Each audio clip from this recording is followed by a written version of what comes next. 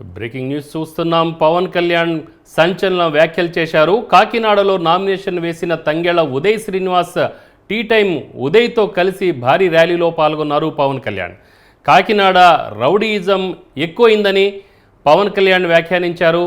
గంజాయి క్యాపిటల్గా మారిందని అన్నారు. క్రైమ్ ఎక్కువగా అయిపోయిందని చెప్పేసి పవన్ కళ్యాణ్ సంచలన వ్యాఖ్యలు చేశారు. ఎన్నికలు రాష్ట్రానికి చాలా కీలకమని, 5 ఏళ్ల కోసం ఎన్నికలు కాదు, వచ్చే భవిష్యత్తు తరాల కోసం ఈ ఎన్నికలని ఆయన సూచించారు.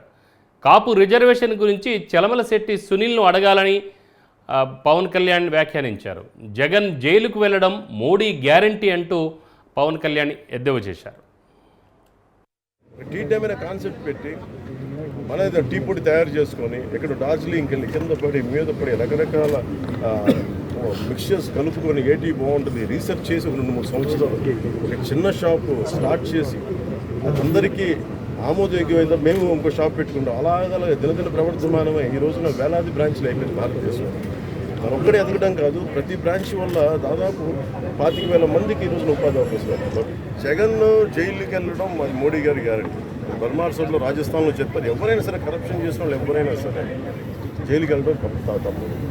ముఖ్యంగా 30 కేసుల పైన ఈ రోజున ఆయన కూర్చోబెట్టి ఆయన 30 కేసులు పెట్టుకొని బెయిల్ మీద తిరుగుతున్న వ్యక్తి ముఖ్యమంత్రి.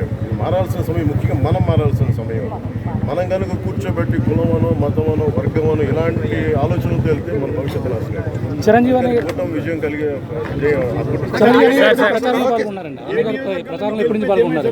చిరంజీవి గారు ఎప్పటి నుంచి ప్రచారంలో పాల్గొన్నారండి?